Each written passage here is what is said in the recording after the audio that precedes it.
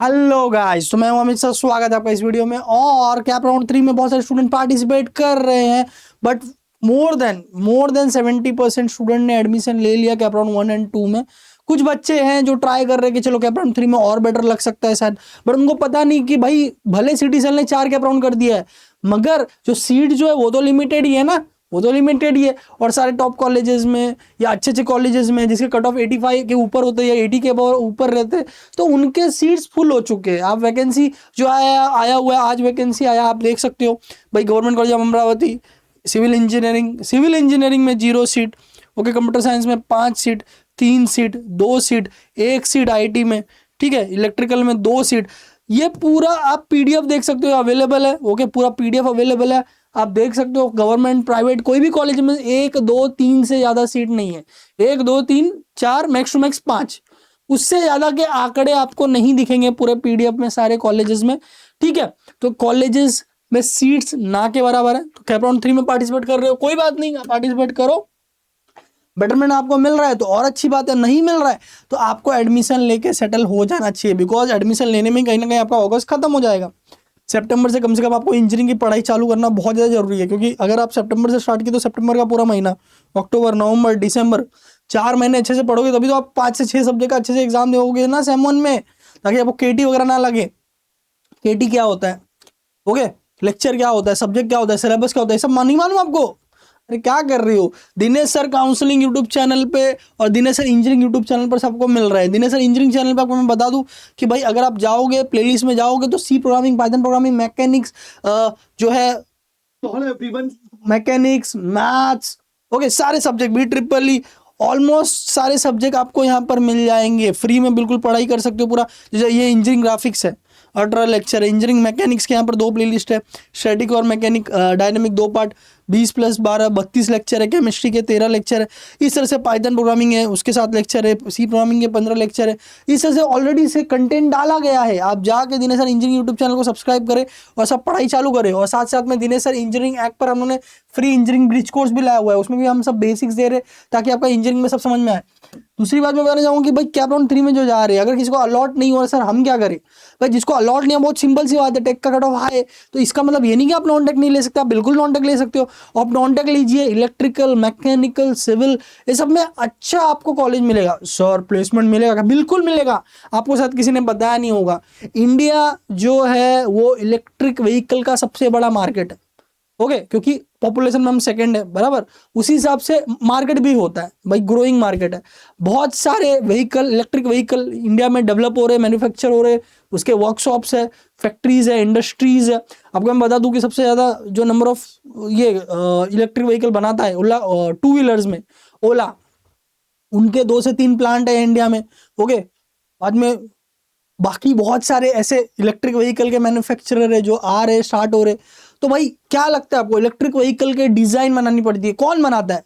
एक mechanical engineer जो कि डिजाइन इंजीनियर बनता है। ओके, ऑटोकैड, सॉलिड वर्क्स, केटीआई, ये सब सॉफ्टवेयर यूज होते हैं मशीनरी डिजाइन करने के लिए, बैटरी डिजाइन करने के लिए, इलेक्ट्रिक व्हीकल के पार्ट डिजाइन करने के लिए एक मैकेनिकल इंजीनियर करता है। तो मिला मैकेनिकल इंजीनियर को opportunity as a design engineer इस इंडस्ट्री में। साथ ही में एक इलेक्ट्रिक व्हीकल को जो इलेक्ट्रिक कंपोनेंट्स होते हैं, बैटरी डेवलपमेंट होती है, ये कौन करता है? अब इलेक्ट्रिक व्हीकल है तो नाम से मालूम पड़ रहा है भाई, एक इलेक्ट्रिकल इंजीनियर जो है वो ये सब डेवलप करेगा, उसके कंपोनेंट्स, उसके पार्ट्स एंड ऑल। तो अगेन इलेक्ट्रिक व्हीकल को, इलेक्ट्रिकल इंजीनियर को यहाँ पर आपको प्लेसमेंट मिल रहा है, अपॉर्चुनिटी मिल रही है। साथ ही में आपको मैं बता दूं कि भाई बहुत लोग बोलते हैं कि भाई सिविल में भी अपॉर्चुनिटी नहीं है क्या? सिविल में भी अपॉर्चुनिटी है। देखो, पहले सिविल में पेन पेपर यूज होता था मेथड, ड्राइंग के लिए, पार्ट उसको वगैरह एंड ऑल करने के लिए, डिजाइनिंग, आर्किटेक्चर एंड ऑल करने के लिए। अभी जो है पूरा का पूरा सॉफ्टवेयर यूज होता है, AutoCAD software, Revit, Tekla, STAAD Pro, ETABS, ये सब सॉफ्टवेयर है जो जो बिल्डिंग के कंपोनेंट, ब्रिज के कंपोनेंट, ब्रिज जो होता है वो, ओके, स्टील ब्रिज, ये जितने भी bridge, electric ropes bridge, electric नहीं, स्टील रोप ब्रिज, ये सब जितने भी बन रहे component, infrastructure development, highway development, ये सब में आजकल जो डिजाइनिंग पर्पस के लिए और कितना मटेरियल क्या क्या लगेगा, ये सब के लिए जो है सॉफ्टवेयर यूज हो रहा है। बहुत सारे सॉफ्टवेयर पिछले अभी 3 4 5 साल में आए हुए, तो जो भी पुराने इंजीनियर्स है सिविल के, उनको उतना नहीं मालूम है। तो जो भी नया इंजीनियरिंग कर रहा है अभी, वो सारे सॉफ्टवेयर आप सीख रहा है। तो आपको इंडस्ट्री में पहला जो है अपॉर्चुनिटी मिलेगा अगर आपको ये सारे सॉफ्टवेयर आते हैं। तो सिविल इंजीनियरिंग करते करते अगर बाहर से आप ये सारे सॉफ्टवेयर जो सिविल इंजीनियरिंग इंडस्ट्री में यूज हो रहे हैं, जो कि लेटेस्ट है, ओके, वो आप सीख लेते हो, तो भाई आपको सबसे पहले मिलेगी अपॉर्चुनिटी। तो भाई ऐसा नहीं है कि नहीं टेक ब्रांच में ही खाली प्लेसमेंट है, नहीं भाई, नॉन टेक में भी प्लेसमेंट है, इंडस्ट्री है इंडिया में। इलेक्ट्रिकल इंजीनियर के साथ साथ ईएनटीसी का भी बहुत बड़ा मार्केट है इंडिया में। मैं आपको बता दूं, सेमीकंडक्टर इंडिया में मेड इन इंडिया हो रहा है, मेक इन इंडिया हो रहा है। तो सेमीकंडक्टर का बहुत बड़ा मार्केट इंडिया में ग्रो हो रहा है, इलेक्ट्रिक व्हीकल का बहुत बड़ा मार्केट ग्रो हो रहा है। तो इसीलिए इलेक्ट्रिकल इंजीनियर हो, ईएनटीसी इंजीनियर हो, मैकेनिकल इंजीनियर हो, इनको बहुत अपॉर्चुनिटीज है भाई। बस वही होता है कि आपको सिर्फ डिग्री नहीं करना होता, डिग्री के साथ साथ उससे रिलेटेड जो टेक्नोलॉजी जो मैंने आपको बताई, वो टेक्नोलॉजी साथ में आपको सीखना होता है, बराबर। तो आपके पास अगर नॉलेज के साथ साथ टेक्निकल स्किल्स है तो आपके लिए बहुत सारी प्लेसमेंट अवेलेबल है। आप डेफिनेटली, अभी भी आपको कॉलेज नहीं मिल रहा है, ओके, या छोटा मोटा कॉलेज मिल रहा है, आप खुश नहीं हो, तो आप नॉन टेक ब्रांच में भी जाके अपना करियर बहुत अच्छा बना सकते हो। नॉन टेक ब्रांच वाले फ्यूचर में ऐसा भी कर सकते हैं कि भाई टेक से ओरिएंटेड कोई सर्टिफिकेशन प्रोग्राम कर ले, कोर्सेज कर ले, टेक्निकल स्किल कर ले और टेक ब्रांच में जाके जॉब के लिए जाए, ऐसा भी पॉसिबिलिटी है। तो ऐसा नहीं है कि भाई आपका सब कुछ खत्म हो गया, इतने सारे मैंने ऑप्शंस आपको बताए। तो that is a thing guys, okay. तो ये मैं आपको बता दूं भाई, अपने को 20 से 22 के बीच में फॉर्म भरना है, 24 को उसका आएगा, ओके, रिजल्ट, ओके, हर हमेशा की तरह रात को आएगा। फिर अब 25 से 28 3 दिन ही मिलेगा, 25 से 28 आई थिंक, बीच में कोई संडे वनडे नहीं आना चाहिए, 25 से 28 होगा, ओके, संडे वगैरह नहीं है, वेरी गुड।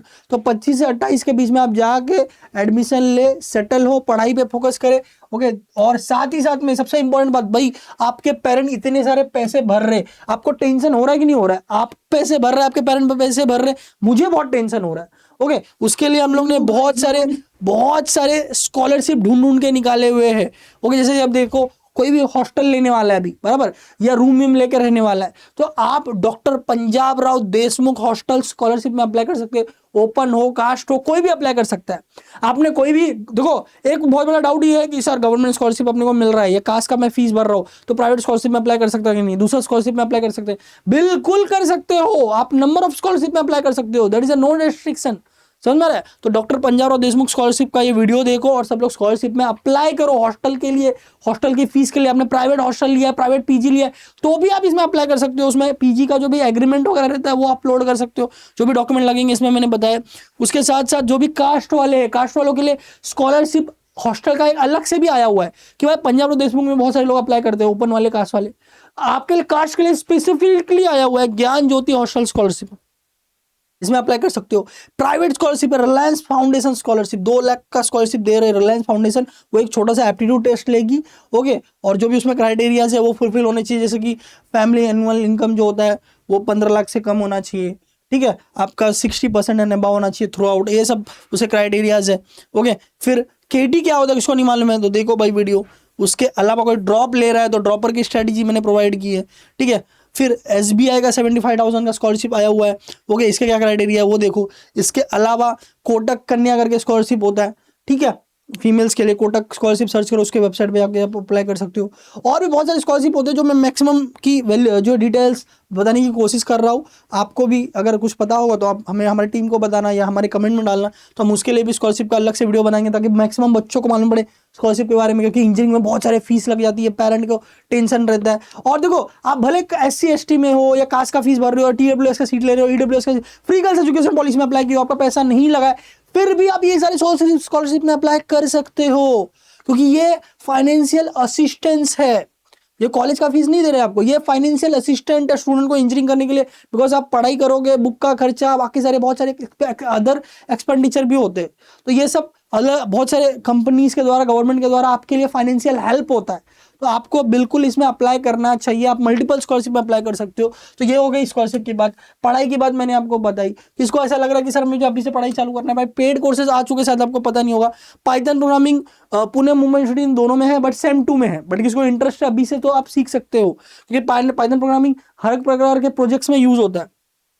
और बहुत सारे ऑफर भी चल रहे हैं, देखो 1100 का कोर्स है, 200 रुपये के ऊपर 900 रुपये में कोर्स आपको मिल जाएगा, ठीक है। अभी ये वीक का ही ऑफर है, लॉन्चिंग ऑफर, इसके बाद नहीं रहेगा। तो ये पाइथन का अभी से ले सकते हो, और सबकी वैलिडिटी 1 साल की होती है, तो अभी भी आप पढ़ पाओगे, और सेम 2 में एग्जाम है उसमें भी पढ़ पाओगे। सी प्रोग्रामिंग सबको सेम 1 में है, मुंबई, पुणे, नागपुर वगैरह नॉल, तो आप ले सकते हो, ठीक है, मैकेनिक्स है सबको सेम 1 में, मैथ्स है सबको सेम 1 में, मुंबई पुणे ऑटोनॉमस। भाई लो और पढ़ाई चालू करो भाई, फ्री ले ले, फ्री ब्रिज कोर्स है वो लो, उसमें भी लेक्चर डाले हुए, फ्री में पढ़ाई चालू करो। Okay, Dinesh sir engineering YouTube channel पे सारे लेक्चर है, लेके पढ़ाई चालू करो भाई। आप टाइम वेस्ट मत करो, टाइम बहुत इंपॉर्टेंट है आपके लिए। ओके, तो ये मैं आपको बताना था। आपको मैंने डेट्स के बारे में बताया, आपको मैंने अल्टरनेट ऑप्शंस बताए, नॉन टेक में भी प्लेसमेंट अच्छा खासा है मैंने बताया, उसके लिए क्या करना पड़ेगा वो बताया आपको। अलग से वीडियो चाहिए रहेगा, एडमिशन ले लो, बाद में मुझे बताओ कमेंट के द्वारा या हेल्पलाइन नंबर पे, मैं उसके लिए अलग से वीडियो बनाऊंगा कि भाई नॉन टेक में जा रहे हो या टेक में जा रहे हो, किस में भी जा रहे हो, तो उसमें क्या करना पड़ेगा कि अच्छा प्लेसमेंट आपको मिले। ठीक है, फिर Dinesh sir engineering YouTube channel पे सर बहुत सारा प्लेसमेंट का वीडियो बनाते हैं मिथिलेश सर, जैसे इसरो का भी बीच में आया था, TCS का आया था तो सर ने बनाया था वीडियो, वो वीडियोस देखो, समझो भाई क्या करना पड़ेगा मुझे, फाइनल ईयर में क्या रेडी होना चाहिए। तो ये सारी चीजें आपको यहाँ पर गाइडेंस प्रोवाइड की जा रही है हमारे द्वारा, दिनेश सर टीम के द्वारा, दिनेश सर काउंसलिंग और Dinesh sir engineering YouTube channel पर, दोनों सब चैनल सब्सक्राइब करके अच्छे से रख लो, और जो मैंने गाइडेंस अभी दिया है इसको फॉलो करो, और जल्दी से जल्दी फॉर्म फिलिंग कर दो। ठीक है, कैप्रॉन 3 का, और रिजल्ट का वेट करो, फिर एडमिशन लेना। 136 रूल इसमें लागू है, तो पहला 6 जो भी चॉइस का डालोगे उसमें जो भी अलॉट हुआ वो आपको एडमिशन लेना पड़ेगा। ठीक है, और थर्ड राउंड में मोस्टली एडमिशन आप ले लो। देखो आईएलएस स्पॉट में वही जाओ जो ड्रॉप लेने का सोच रहा है, जो ड्रॉप लेने का सोच रहा है मुझे कुछ भी नहीं लग रहा अच्छा, तो आईएलएस स्पॉट में, बिकॉज आईएलएस में मैं बताना चाहूंगा कि आप, मैं बता एक नामचीन कॉलेज है SPIT, सबको पता होगा क्या, कि आईएलएस का नोटिस उन्होंने क्या डाला हुआ है, तो भाई 4,20,000 उनका फीस है, मतलब 3 गुना करोगे तो गवर्नमेंट ने कॉलेजेस को 3 गुना अप्लाई फीस ले सकते हैं, ऐसा लागू कर दिया हुआ है कि भाई डोनेशन मत लो, आप ये करो लीगल तरीके से। तो भाई 4,20,000 पर ईयर भर के आप SPIT में एडमिशन ले सकते हो, आईएलएस में अप्लाई कर रहे हो तो, समझ रहे हो आप। तो ऐसा सब कॉलेज के आईएलएस में जाओगे तो उसमें कोई भी, फिर आप क्या हो जाएगा, स्कॉलरशिप वगैरह आप अप्लाई नहीं कर पाओगे। स्कॉलरशिप के डेट अभी है 3 सितंबर, 4 सितंबर, 1 सितंबर, 30 अगस्त, तो ये स्कॉलरशिप का डेट अभी ये वीक तक ही है। बाद में स्कॉलरशिप में अप्लाई नहीं कर पाओगे, गवर्नमेंट के स्कॉलरशिप नहीं मिलेंगे, आपको ओपन का पूरा फीस भरना पड़ता है स्पॉट में, आईएलएस में गए तो 2 गुना 3 गुना फीस भरना पड़ता है कॉलेजेस के द्वारा, तो बहुत डिफिकल्ट है, बहुत प्रॉब्लमेटिक है। हाँ, किसका ऐसा है कि नहीं मैं ड्रॉप ही लेने वाला हूँ, तो मिले नहीं तो मैं ड्रॉप लूंगा, तो उसके लिए ठीक है। बट बाकी सारे बच्चे जो ईयर वेस्ट नहीं करना चाहते, भाई थर्ड राउंड में एडमिशन लेके सेटल हो जाओ, ये आपके लिए बेस्ट होगा। आपके क्या डाउट्स है कमेंट में बताइए, कौन से टॉपिक पे वीडियो चाहिए आप कमेंट में बताइए, या हमारे हेल्पलाइन पे बताइए हमें। ठीक है, तो हम उसके ऊपर वीडियो लेके आएंगे। होप सो आपको ये अच्छा लगा रहेगा। All the best guys, all the best for your admissions.